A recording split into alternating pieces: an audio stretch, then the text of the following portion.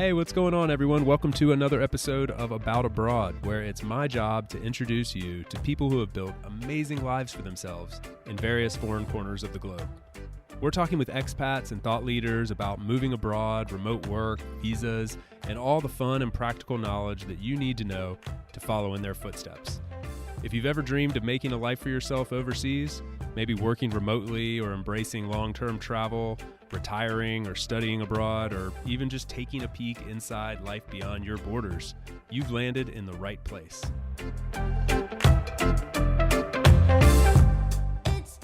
My guest today is a good friend of the show and a close friend of mine. His name is Gonçalo Hall. You may remember him because he's a previous guest here on About Abroad.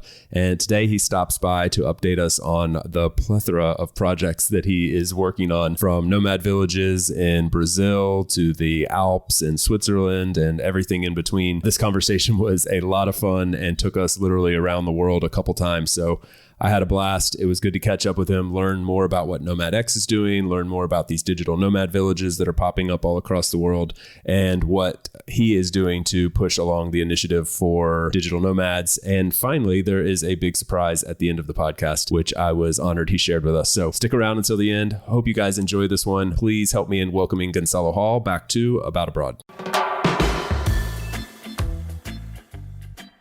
Cord, we're just starting this call from scratch. Like, there's no intro. You get no time to prepare. We're just going for it, man. Great to see you again. It's beautiful to see you again. I'm so excited for this. We love this random conversation. So I'm super excited. Whatever we are going to do in the next hour or so, it's going to be legendary. I agree. It's been too long. Yeah, I'm really looking forward to it. I can't keep up with you, man. Where are you now? Like, it looks like you're in some kind of like wooden chalet. Last I saw, I think you were in Brazil. It doesn't look Brazilian, so I don't know. What are you doing? I'm right now in Lide in Switzerland. I came from Brazil like 5 days ago, from 30 degrees to 3 degrees. So right now in Switzerland. And where are you? Brazil to Switzerland, man. You're truly living the dream. I'm randomly back in Spain right now. So actually doing a bit of traveling myself. You know, I'm kind of like on this, I think you know, I don't know. I'm on this like kind of extended, I've gone nomadic again. I'm following in your footsteps. So I've gone nomadic in a very slow mad style way. I'm a couple months in a few different places this year. But I had to come back to Spain for some visa stuff. So I'm currently back in Valencia in my hometown. Interesting thing, coming back to a place that's not your home, but kind of feels like your home. Like, I've been here long enough where it's like, it's kind of home. Like, I was just walking around, like, it's a foreign place to me. Like, I don't speak the language perfectly. Like, there are things that I don't understand. I'm doing visa stuff right now. You feel like a total baby when you're like walking into a place and you're like, I don't understand what this document means. Like, please tell me. But like, at the same time, like, I'm walking down the street and I like bump into friends and I know exactly where I'm going. And I don't know, it's a interesting thing. I think I feel the same in Madeira. Like, I do speak the language, which really helps me a lot. But I think I feel the same in Madeira. Like, every time I now land in Madeira is a place I call home, which is quite cool. Oh, dude, you know what we'll do? I'll give you an awesome big news live on the podcast. This will be nice. But I'll leave the expectation a little bit more. Oh, so man, teaser. I think I really feel the same in Madeira because when I land there, and it's like, I know most of the people, I know the way around, I know the businesses. We have a house there now. We are renting a house there. And it just feels like home, you know? I wake up, I look at the window, I see the banana trees, like, yeah, this is home. This is cool. I like it. That's so cool. That's so cool. So you've like got a home base there now that you've rented a place so you can keep your stuff there and just kind of like travel from there now. Yes, I already have 3 books, which is new. People, really nice people, like John, who works a lot with repopulation in the US. He sent me his book. It's an amazing book. So I actually have now people send me books. This is where we are in our life right now. You're a big deal, man. I mean, I think that's when you've reached a new level, when people are sending you their books. Like, hey, will you read this? I mean, that takes some effort. Man, it's incredible. I'm sometimes not sure what happens. We have this conversation on WhatsApp where it's like, "No, dude, you are big." I was like, not really. I still wear the same Adidas trousers in the morning. I still dress badly. I still travel like a homeless. It didn't change much on my side. Yeah, you're just setting up nomad villages around the world and making the hop from Brazilian beaches to Swiss Alpine chalets. So you've done something right. You know, I think what I was saying to you, like to give a little context to people listening, what I was saying to you over WhatsApp when we were chatting a few weeks ago is like, it's really cool. One of the things that I love about following your journey is that you're one of the people that just literally said like, this is what I'm passionate about. This is what I'm going to do with my life. And it has worked for you. It doesn't always work for everybody. And I wouldn't even advise everybody to like turn their passion into their work. But in your case, like way before digital nomadism was mainstream, you were like, I'm a digital nomad. That's how I identify. I remember I asked you that question the first time you were on the podcast, like, do you identify as a digital nomad? And you were like, hell yeah, that's what I am, man.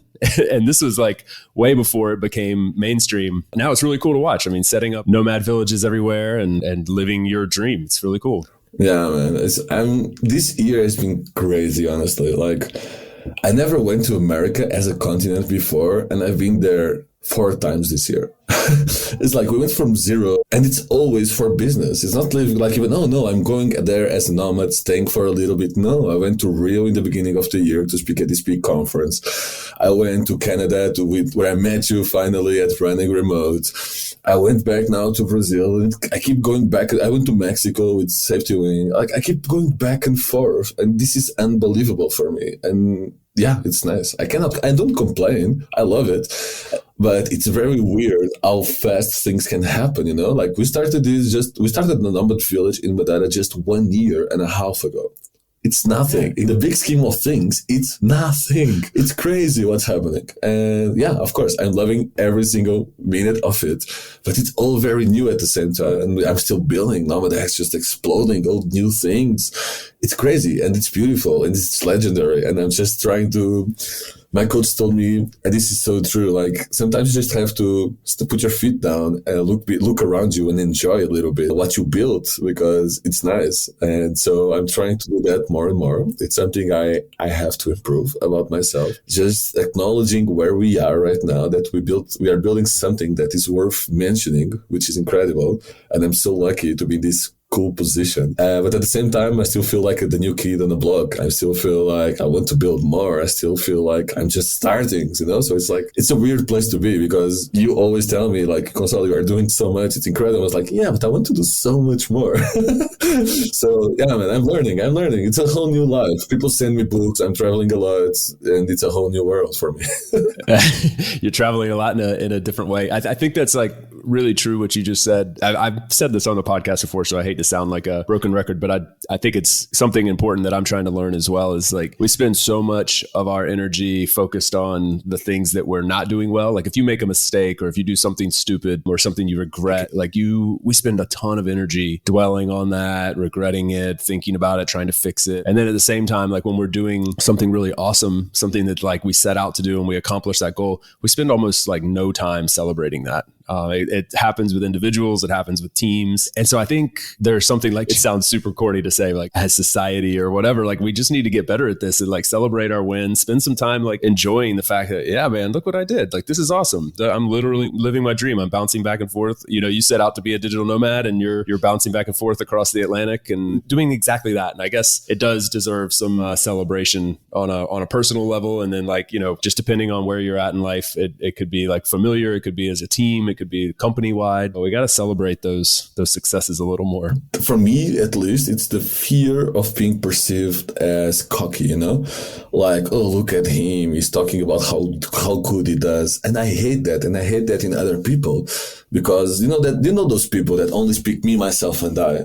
And because I know that I don't want to become that, and it's hard sometimes. At the same time, I think I correct for the other side, meaning I don't want to be cocky at all. So I am over humble, or I try to be over humble. In like, yeah, I think that's that. I don't want to be that person. I don't want to be the guy with the Porsche at all. Like, if one day I get a lot of money, I'll still ride the same car, which I don't have, or the same bike or whatever. Like, I'm not buying a Porsche for sure. That's not part of who I am.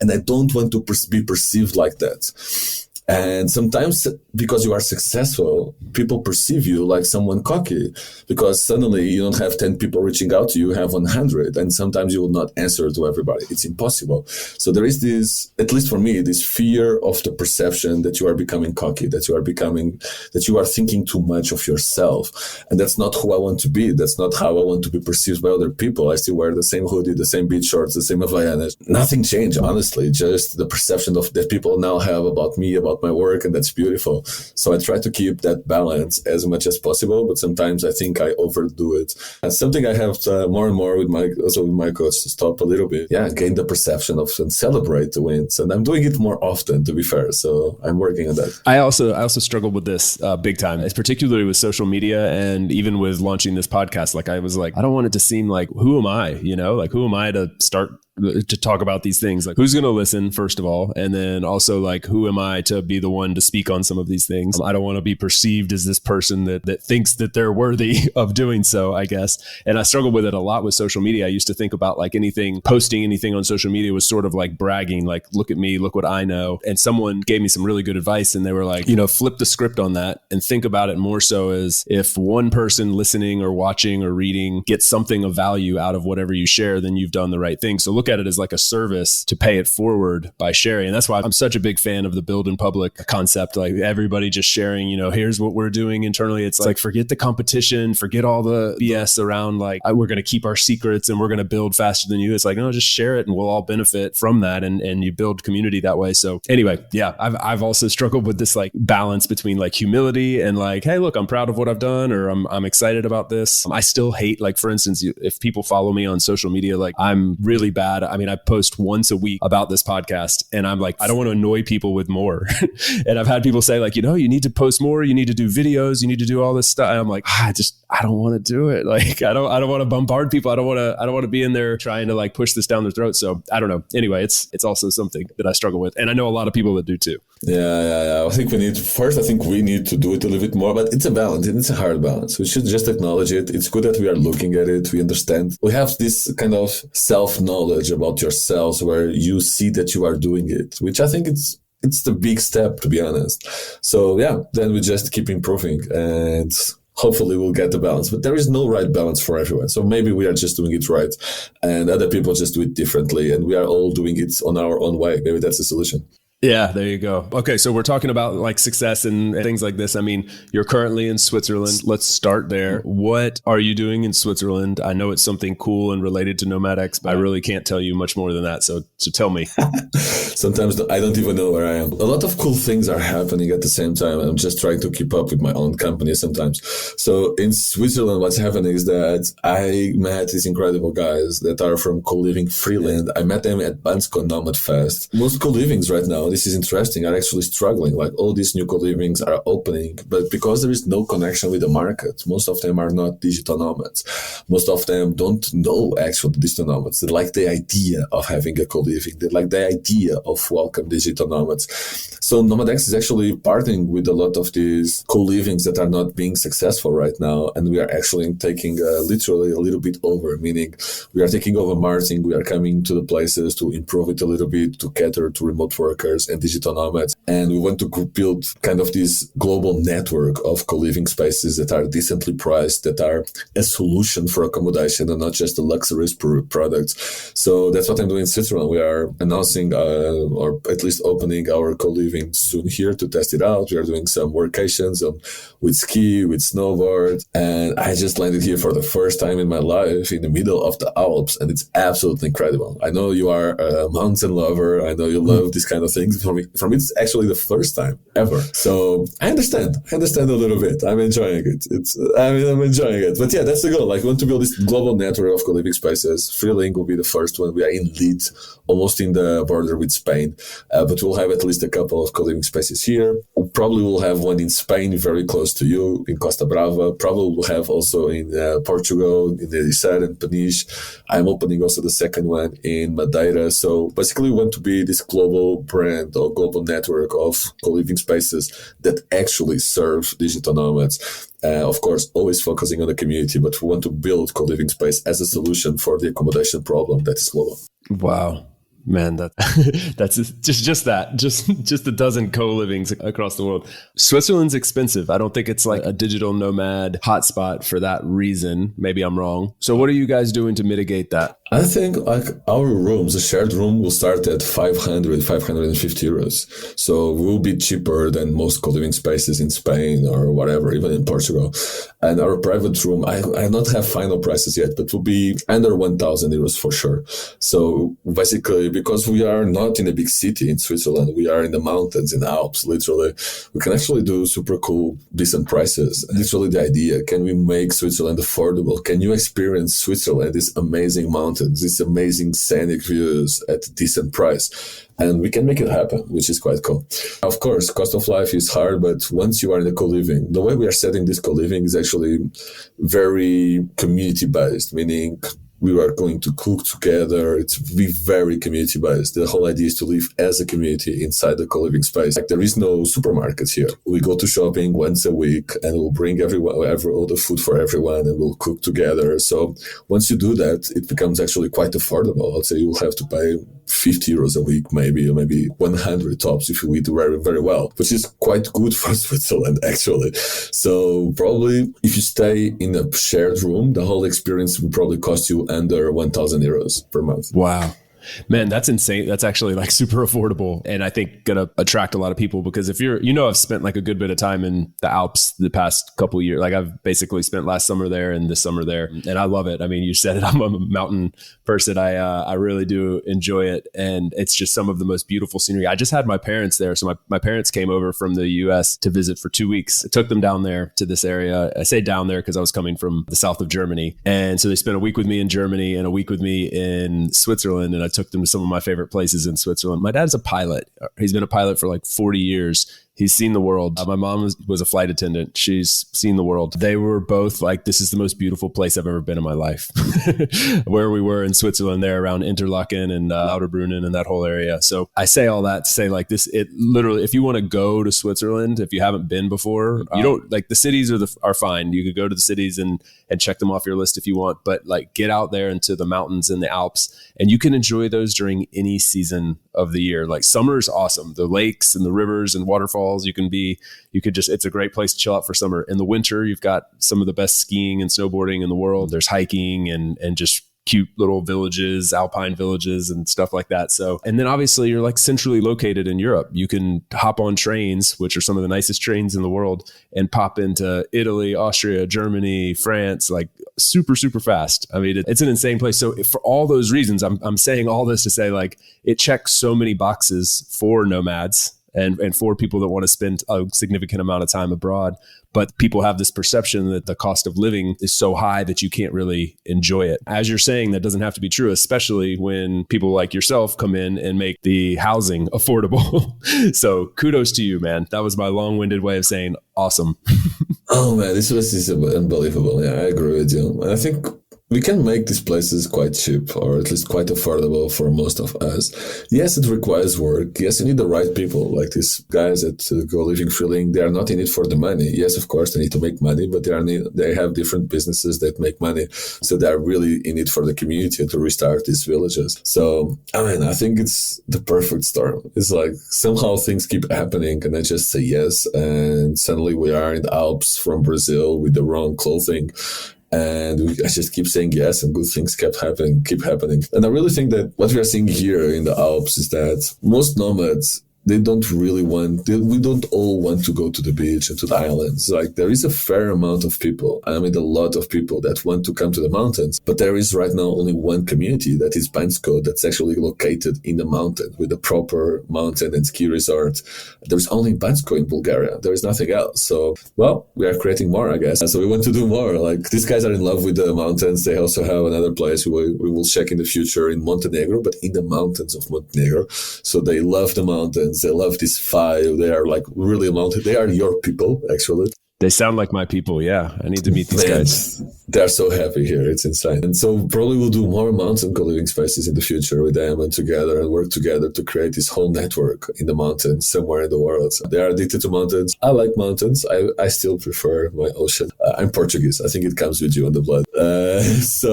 But we will create something really cool together for sure in the future. I'm very excited for the things we can do together. And even for being here for the first time. Like, I never been to Switzerland, which is insane. Mostly because of the money. And here I am in the beautiful co-living space, affordable. We went to Italy, which is just like 45 minutes, and ate incredible pizza on the Italian side of Italy, on the Alps in Italy. And it can be affordable, which is quite cool. You just need the right people and to know the right places. And you can make Switzerland quite affordable and work with incredible scenery. It's just, I spend more time looking at the window than to the computer. Where do people go? Like you mentioned this network of co-livings that you're starting up now. So, I mean, if I understand right, the model is kind of like there's these co-livings that all sort of exist already or are going to exist soon. And NomadX is coming in and saying, like, we'll help you make these, we'll bring the community, we'll bring the people, we'll help you make them profitable, we'll tell you what nomads actually want. And so there's this awesome partnership there. And then how do people get access to them? Like, are they individual websites, or do you have like one place where you can go to look at all of them? Maybe walk us through that. Yes, like the communities, everything will be under nomadx.com. We will add every single co-living space, every single new community. Like NomadX website, it's not a company anymore. It's like a place where you see what we are promoting and what we are doing. So it's changing more and more. So yeah, we will create co-living section on our NomadX website, and we will be able to see all the new opportunities up there. And I can tell you can literally go from surfing in Peninsula to the mountains of Switzerland. And we are just starting. This is actually the first one, so who knows where I'll be in 1 year. I have no clue, but I'm very excited to know. Oh man, yeah. If you guys haven't been to NomadX yet, check out the new website, nomadx.com. I'm looking at it right now. It's just a thing of beauty.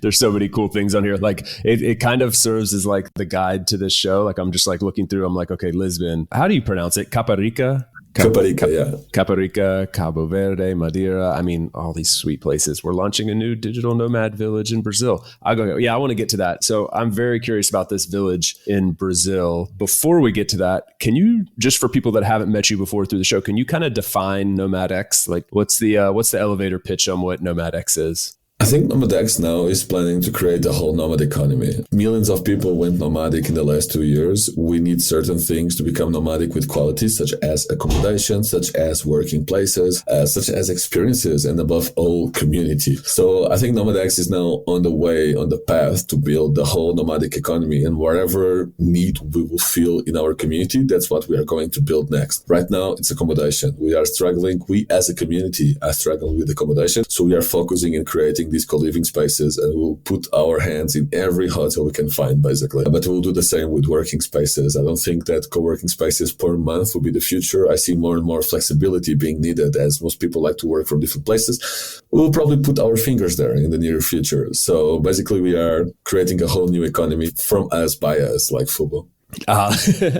For us bias. I love it. At one point, I can't remember the details on this. There was even like you had like a token running, or is that in Madeira specifically? Something with crypto? Not yet. Not yet. Okay.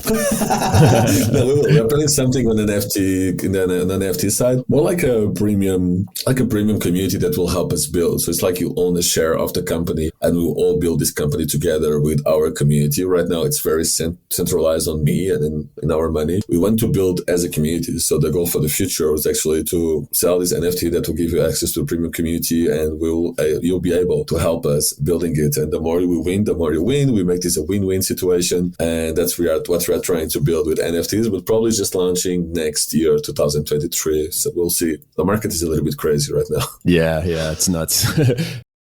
We'll be right back to the show after a quick break for a note from our sponsor. This episode is brought to you by my good friends over at Greenback Tax. As an American citizen, I'm from one of only 2 countries in the entire world that requires I pay taxes on my global income, regardless of which country I'm actually living in. So when I started my expat journey back in 2015, I knew my tax situation was about to get complicated. Fortunately, I discovered Greenback, and I've never looked back. Greenback is 100% focused on helping U.S. expats with their tax situation, and to date, they've filed almost 50,000 returns for nearly 15,000 happy customers from more than 200 200 different countries. After 7 years working together, I can say with confidence that they make one of the most painful parts of life abroad an absolute breeze with their automated systems, friendly advisors, and expertise in the very specific niche of U.S. expat taxes. Also, for those of you who may have fallen behind on your taxes and or you're trying to get ahead of tax season in 2023, Greenback has your back here as well. They can assist with late filings to ensure you don't encounter any problems with the IRS and to make sure you start 2023 off right. Tax season is on the horizon. Learn more about Greenback today by going to greenbacktaxservices.com via the link in the show notes. If you've made it this far into the episode and you're still enjoying yourself, then I would love to ask a quick favor. Open up the app that you're using to listen to this podcast and leave a quick review. You can do this in Spotify, Apple Podcasts, and really just about any platform that allows podcast listening now. If you can't find that in the interface of the app, then scroll down in the show notes and find ratethispodcast.com/aboutabroad, and you should be able to leave it from there. Thanks so much, guys. We really appreciate it and hope you enjoy the rest of the show. All right, take me to Brazil real quick because I'm fascinated by this. And dude, this has been getting picked up by like major media. Like all the top media outlets are talking about this nomad village in Brazil. And I sometimes wonder, I'm like, do they know that Gonçalo, like sometimes they don't credit you enough, in my opinion. Maybe I'm just like, I'm on your side. I know you don't care about that. You're humble. I'm like, dude, you guys need Gonçalo's name in there more because he's literally creating these. Anyway, oftentimes they do as well. So kudos. Like it's been epic to follow along. But I want to hear from the mouth of the creator. What are your thoughts on this new nomad village, and what can you tell people about it that haven't heard? Well, first I want to say that media is putting NomadX name in there instead of mine, which is 10 times better, as NomadX hopefully will grow and will be a brand for the people. So it's good that NomadX is there, and my name is just randomly in some articles. I like it that way. As long as one of us is there, me or NomadX, I'm very happy.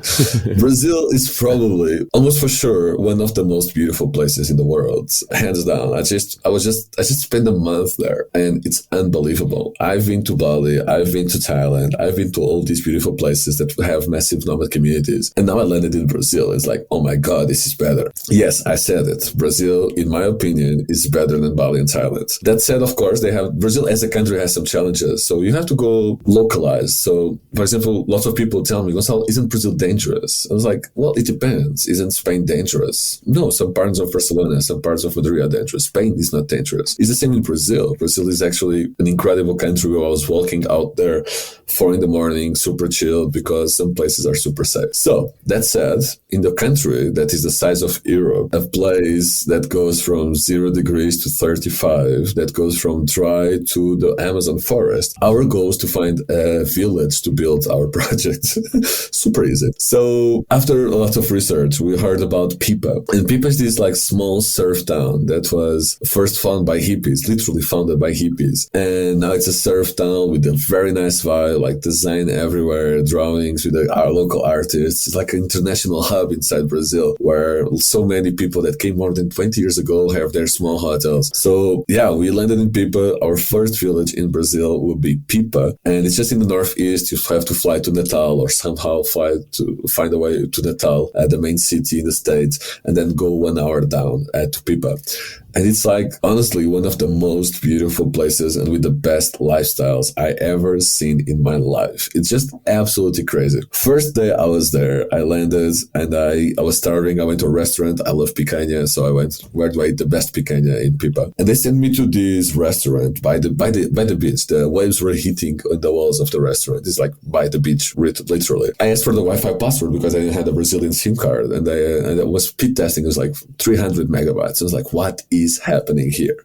This place is beautiful. Everybody's surfing. Everybody looks incredible. Like, what's happening? What's going on? And it just kept this experience. I was there for 3 weeks, and I just had the same experience over and over again. So I knew people was good. I knew what we were looking for there. Honestly, it went above any of my expectations on how good this place is. So yeah, we are building there, launching 1st of November officially. I was there for 3 weeks, going back soon. And it's just this incredible place with incredible incredible lifestyle, which everybody walks with flip-flops and without t-shirt most of the time. It really looks like a mix of Bali and Thailand. So I'm in love with Brazil. Like the music everywhere is just insane. The quality of life, the caipirinhas for €2 doesn't, they don't get old. The coconuts, yeah, it has everything. It's crazy. I'm looking at pictures now, and I've been stalking it before this conversation too, and it just looks insane. I mean, there's like these like giant lush like green cliffs dropping right down into the water. The water's like this turquoise green. There's like hammocks posted up out in the water. Cool little beach town. What's the town like itself? Like, is there much to the village already, or you got to like bring it? Like, I'll ask the question in another way. I believe, correct me if I'm wrong, but like when you set up Ponta do Sol in Madeira, like kind of a village that was struggling and like kind of it didn't have a ton of youth and life, and you guys kind of brought that. Is that the same in Pipa, or what do you think?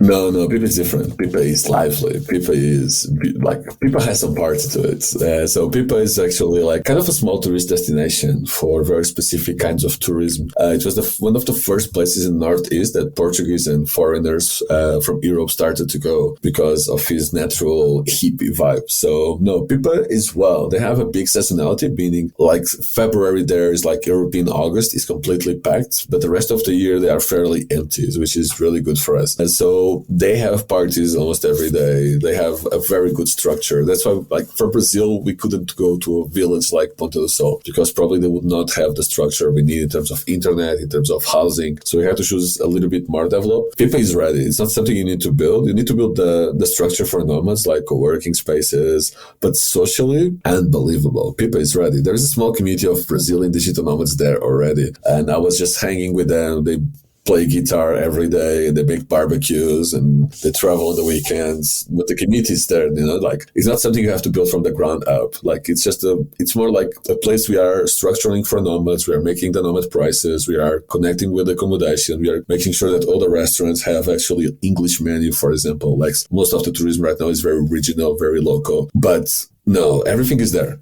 It's unbelievable. Have you ever been to Quicocker or Bocas del Toro or Puerto Viejo in Costa Rica? Bocas del Toro is in Panama. Any of those places?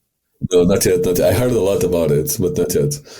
I'm getting a vibe like that. Like Boca del Toro, Puerto Viejo is like a town kind of. It's like the Costa Rican version of Boca del Toro. It's like right there on the border. Very cool vibe. Like I spent a month there a couple years ago, and it's got a similar thing. And then Quicocker in Belize is a super cool little haven of culture and fun and travelers on a little island off the coast of Belize. I'm getting those kind of vibes as I look through this place, and now I have to go. I'm looking for. So my new thing is, you'll love this. I think I'm realizing, like, I don't know if this is getting older or something, but like weather really affects me now. Like I'm already dreading winter. I like winter for like a month, and then I'm ready to be done with it. Like every year when February 2 hits, I'm like, I'm done with this, man. I want warmth, heat. So anyway, I'm looking for my new thing is like, I want to have like a winter escape. I'm going to be in Europe, but I want to have like a 1 month winter escape in February. And so I'm looking for that place. Maybe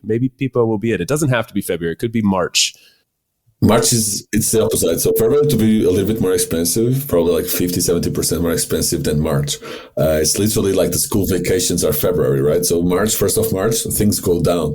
So if you go, for example, in March or even January, it's going to be much cheaper because February is also Carnival. This doesn't mean that you cannot stay in February. You just have to be aware that it will be more expensive, more people, and especially many more parties because of Carnival. Carnival, it's Brazil. I don't need to explain you what Carnival is in Brazil. It's insanity. So yeah, February will be a little bit chaotic, but if you want to experience Carnival, why not?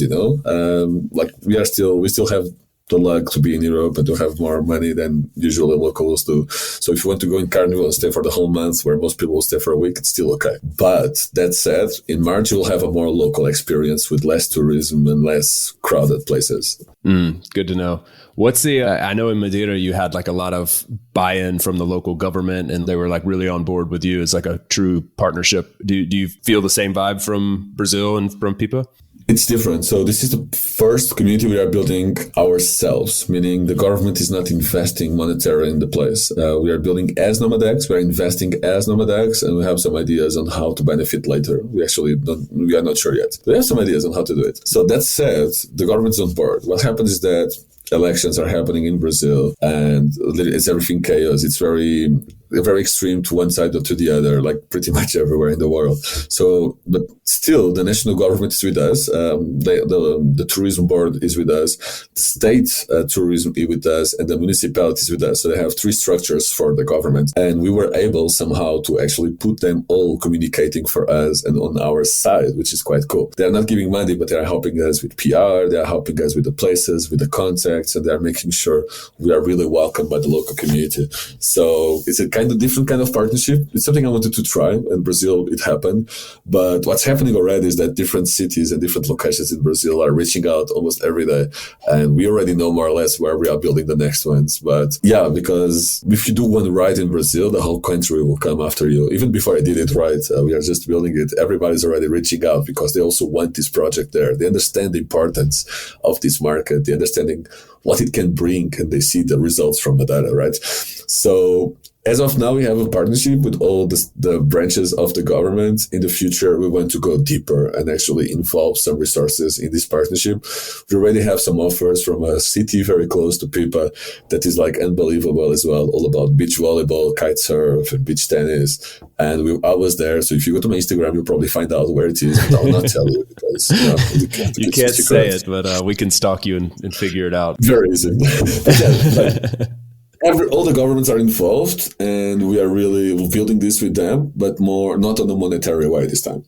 What does that sound like? Can you like take us inside with maybe falsifying some numbers if you want? But I'm just curious, like, what does it sound like? Like, let's pretend I'm the government of whatever place this is. It could have been Madeira, it could have been Cabo Verde, it could be like all these different places you've talked with the government officials. What are they curious to know? And then what are you telling them like that will come, like build it and they will come kind of thing? They want to understand this market, and the way I put it, it's actually, well, this project was built in Italy, in the mountains, as you love it, for repopulation, right? So in the end, honestly, this is still a repopulation program. First, it's a digital nomad village. What happens and what's happening now in Brazil is that people are coming back to Madeira, locals. Expats are moving to Madeira. So there is a repopulation side to the projects we do. And they understand that the kind of people that we attract is very good for places that want to kind of restart and have a younger crowd there. So we just show the numbers from Madeira, like, we built, in my opinion, one of the best projects in the world. Now we just show the numbers and how we did it, literally. So in Madeira, we invested around 30,000 euros. The first year, we got back into the economy directly from our numbers, 25 to 30 million euros. So it's like 0.1 investment, not too bad, right? So it's more or less with these numbers, we are more or less playing right now, like an investment up to 50,000 euros and the return usually 100x at least. Wow.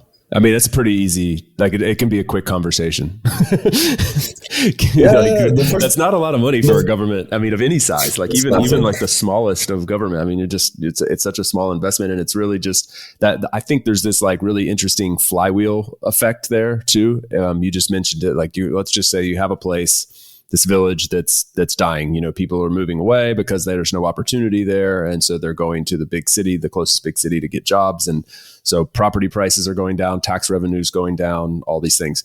Now you infuse some life into that place. You bring in 100 people who each spend $1,000 a month or 1,000 euros a month, and there's the monetary investment there. But then there's also all those people who say, "Oh, I can move back to my village now," or "Oh, cool, the property price of my home has gone up now," or "I can rent that place out and reinvest those dollars back into the economy." Cool, I don't have to be in the big city to have an opportunity. I can run my little shop again in the village. So, I mean, there's all these little offshoots of it that I think kind of fly under the radar and are really the magic behind this whole thing. Man, even the impact on the media, like Madeira came and now Brazil again, like CNN, Washington Post, all the media, Skift, everybody's writing about it, right? So this has value. Like the tourism boards actually put a value in all these articles. So if we connect everything we did, our presence on the media, and our investment, given the case of Madeira, the direct impact goes way up to like 60 million easily. We brought more than 100 companies to Madeira, which is insane. Like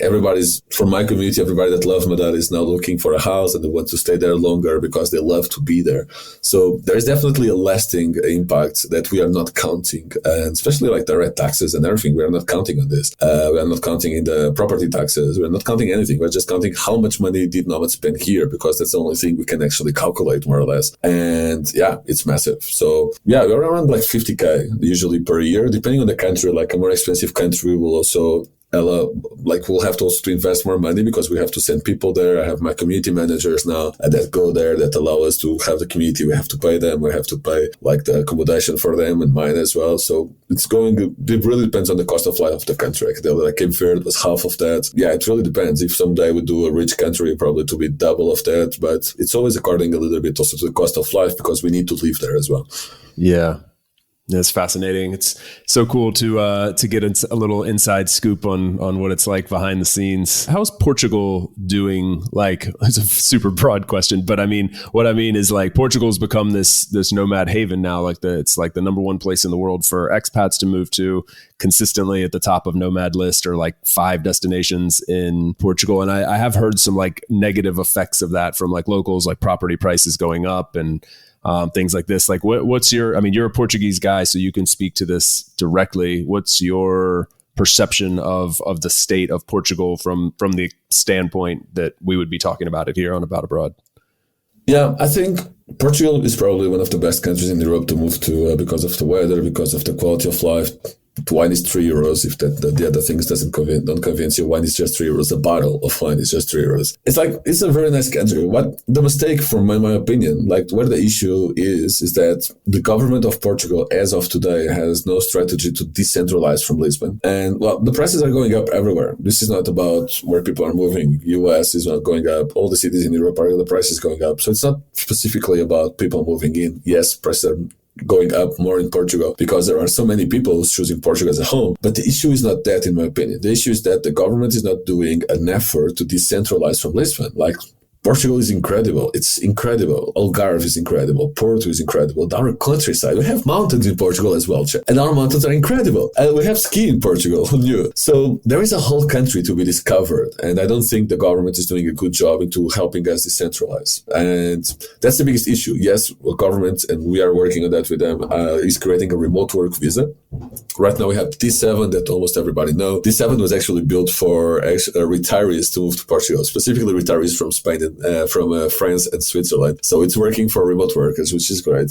But we are now finally building a proper remote work visa, and we understand that the government will not do a good job into first capturing the digital nomad community, second decentralizing the nomad community and the remote work community. So we took issues in our hands, like I like to do. So we started the Digital Nomad Association in Portugal, like other countries did, and our goal is literally to replace the tourism of Portugal into the nomad economy. So we want to replace all the efforts that the tourism of Portugal do. They have no idea about digital nomads. They have no idea what we do. So we want to replace the government or work in partnership with the government to be the owners of this project, to be the owners of this decentralization of Portugal, and to own by this project by creating like a network of locations that we believe are the best ones in Portugal for remote workers. So yeah, in October, we'll be visiting a lot of places. November, we're launching something, participating in some conferences.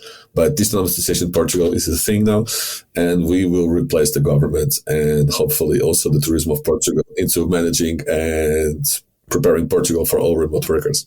Was this connected to you did something where somebody gave you like a car to drive across Portugal or something, and you visited a bunch of places? Tell me the story on that, because I kind of know, but I don't really know. It is, it is not. We'll do it again. So yeah, we'll do it again. We'll get the car and we'll visit 10 places also to find more about them and to see if they're good to work remotely. But basically we were sponsored by Toyota. They gave us a car, and I partnered with the municipalities of 10 locations, and I visited them all. So one day, one location, every location we get to know the place, we get to know the political part of it, the municipality, and we give a workshop to the locals. The last time was about remote work. This time is how can businesses adapt to welcome digital nomads in their town.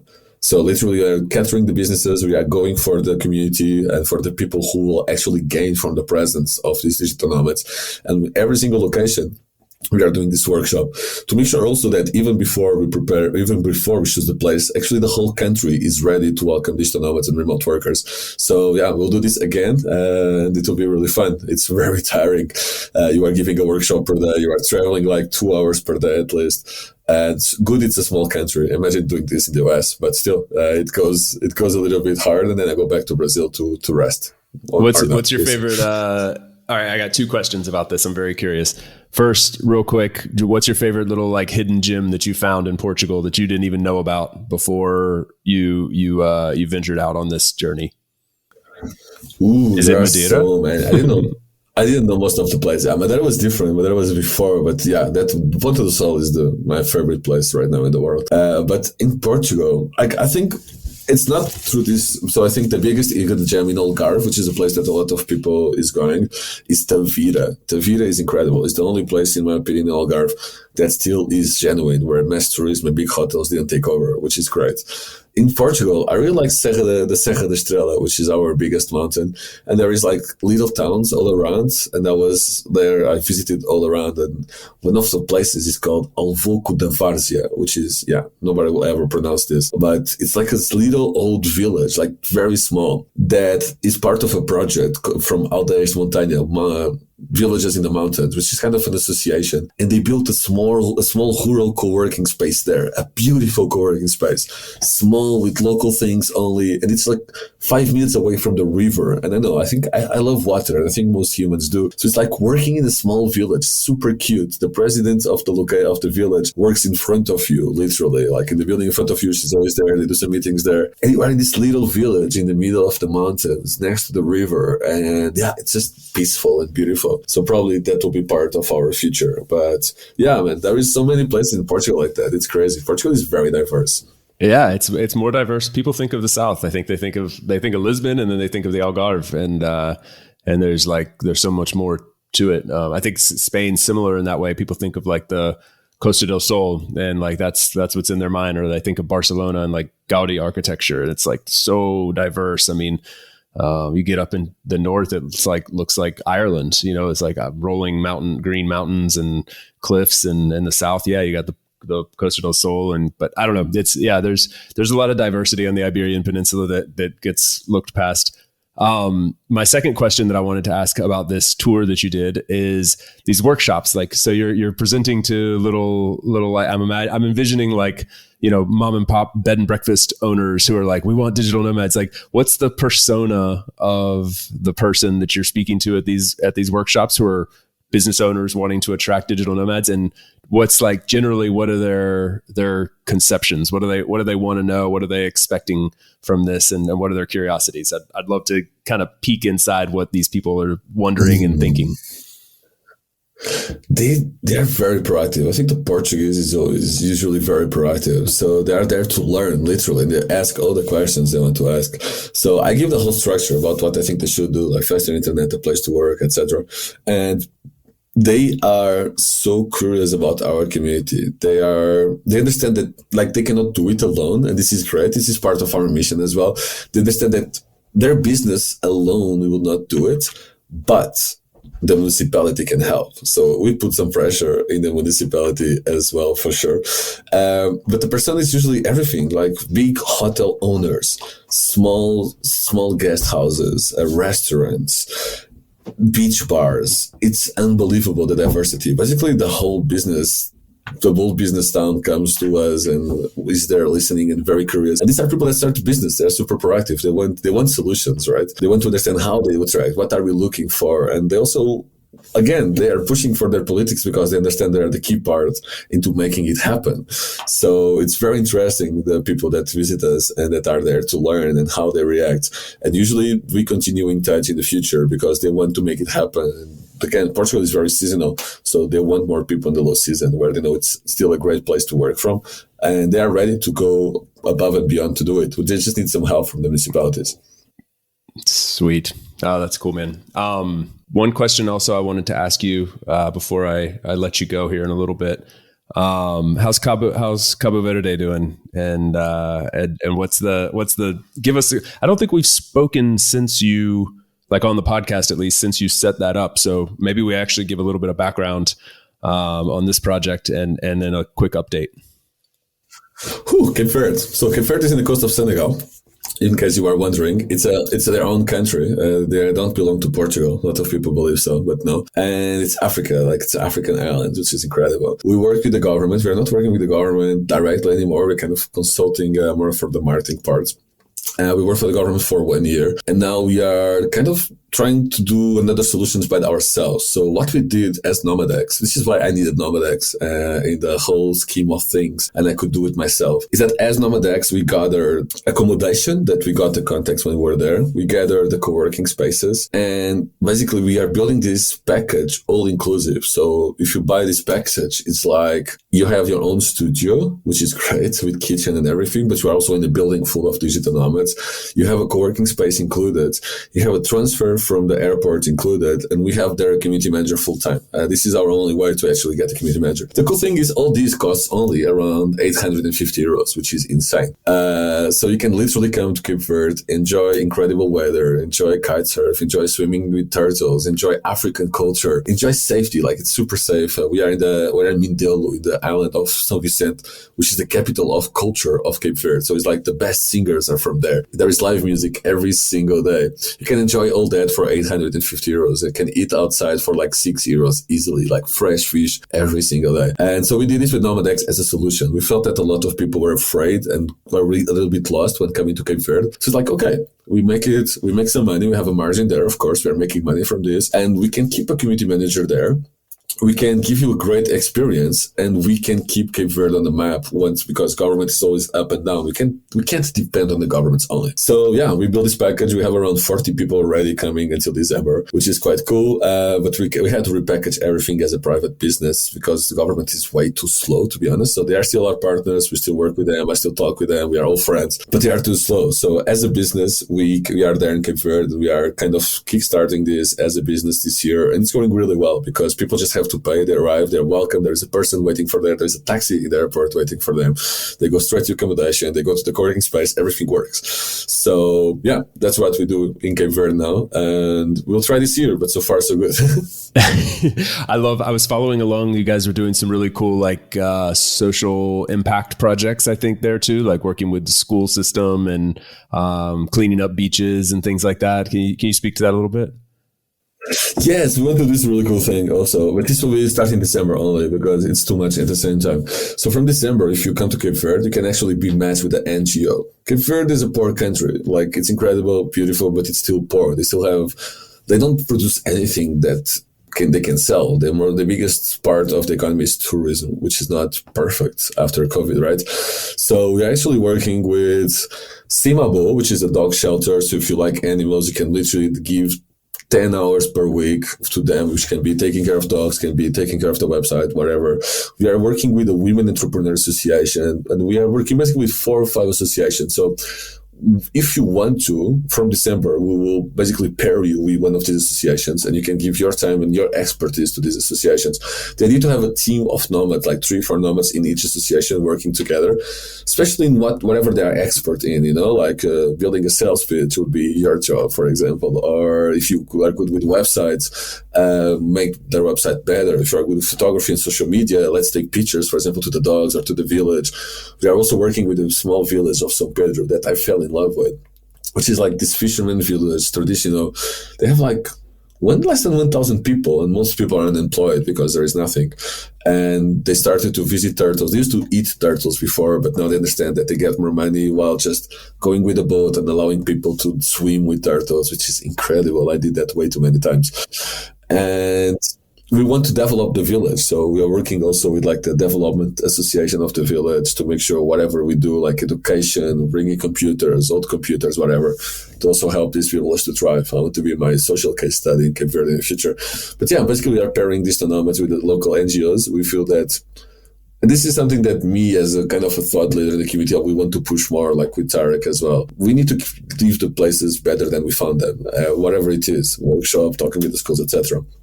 This is kind of a more active part than that. So we all speak about it. It's not just us, right? We only have 2 hands. If we bring 100 people and they all help, that would be kind of incredible. So that's what we try to do this, and we try to show this to the whole world. Yeah, Gonçalo mentioned Tarek there, who's a friend of both of ours and a friend of the show, previous guest here on About Abroad a couple seasons ago. He's correct me if I'm wrong, the founder of Nomads Giving Back, and based in Bali. And it's an awesome organization. Go back and find that episode if you're interested in this part of what we're talking about. There's a whole hour basically talking about nomads giving back. And I think this is such a cool thing because, generally speaking, I mean, we're talking about people who are taking advantage of geo arbitrage. I'm not saying that in a bad way, but we're just, you're earning a Western income or you're earning income from a developed country. And a lot of times you're going to places where your money goes a long way. And I think there's two things to this. Like one, yeah, you're injecting money into the economy. That's cool. That's great. And I think that's a huge advantage. It's a win-win for everybody. But two, you're often also looking for community as part of your travels. If you're traveling solo or even as a family or a couple or whatever, you're often looking for other kind of like-minded people. And it can be challenging to build community. There's no better way to build community than contributing to something in a deeper way together. So I think this does two things. It rounds out that good aspect, the positive impact that nomads and travelers and expats can have on a community where they're sort of taking advantage of the situation. Again, not saying that in a bad way, but that's just what the situation is. And then two, you're like it's two birds, one stone, because you're also getting that community, you're building relationships with other people, you're connecting, giving back. I mean, I think there's such an opportunity here that hasn't been tapped into in the way that it can be. And so I love seeing people like Tarek and like you who are leaders in this space, making that a fundamental part of what the nomad movement is about. I want to say, I learned everything from Tarek. When I was a nomad in Bali, I met Tarek and I learned everything from him. So all the kudos are from him. I just want to implement even more than he's doing with Nomads Giving Back. I just want to share a short experience we did last winter in Cape Verde. So we were 15 nomads more or less staying for Christmas. And on Christmas Day, we all put together 30, 40 euros each. We went to the Chinese store and we bought a lot of stuff. And we went to São Pedro, this village I was telling you about. And with this local association, we made this massive Christmas party where we're giving gifts to kids. Not just give them here are the foreigners giving gifts to kids. We hate that. So we literally gave everything to the association. We spent the whole day partying and playing with the kids, like football and jump rope, etc. And painting with the little ones. And yeah, we just spent all the money giving gifts to everyone through the association, never us directly. And we just spent the day playing with them in the Christmas day, 25th of December. And honestly, one of the best days of my life, easy. So yes, we give, but we will also have some of the best days of our life, giving, no joke. It's so much better than anything else I spent 40 euros on in my life. I would spend 100 probably next time, because just the feeling of helping, just to see the feeling of playing with the kids, they see their happy faces, having this special Christmas where probably their parents don't even have money to buy any good Christmas gift. The salary gift is 200 euros. So probably the parents don't even have, when they have a job. So probably most of the kids didn't have a proper gift. So they had this gift from the association that came from us. And by far, one of the best days of my life, easily. Wow. They say, there's a saying out there that's when you give in a meaningful way, you get back 10x of what you invest. So if you're, and I mean, in a way, it's if you, if it's, in order for that to work, it has to be something that you're actually passionate about and you connect with. You can't just throw money at a charity that you don't give a shit about and get something meaningful back from that. But in this case, this connects with everything that you're about and everything you're trying to do with NomadX, and at the same time gives you a personal satisfaction. I'm all about selfish good deeds that do good things, Man, that's it. And yeah, I think we forget how good it feels. I think everybody that gives something and actively understands this, but I think we forget too fast how good it feels.